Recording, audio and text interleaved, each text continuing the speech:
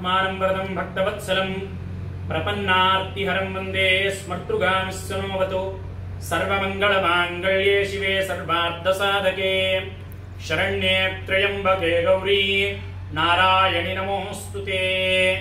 భక్తులందరికీ కూడా విజ్ఞప్తి, శ్రీ క్రోధినామ సంవత్సర శరన్నవరాత్ర కార్యక్రమాలు అక్టోబర్ 3వ తారీఖు నుంచి 12వ తారీఖు శనివారం వరకు సత్యదత్త సాధనాలయ సేవాశ్రమంలో ఎంతో అంగరంగ వైభవంగా నిర్వహించబడుతున్నాయి.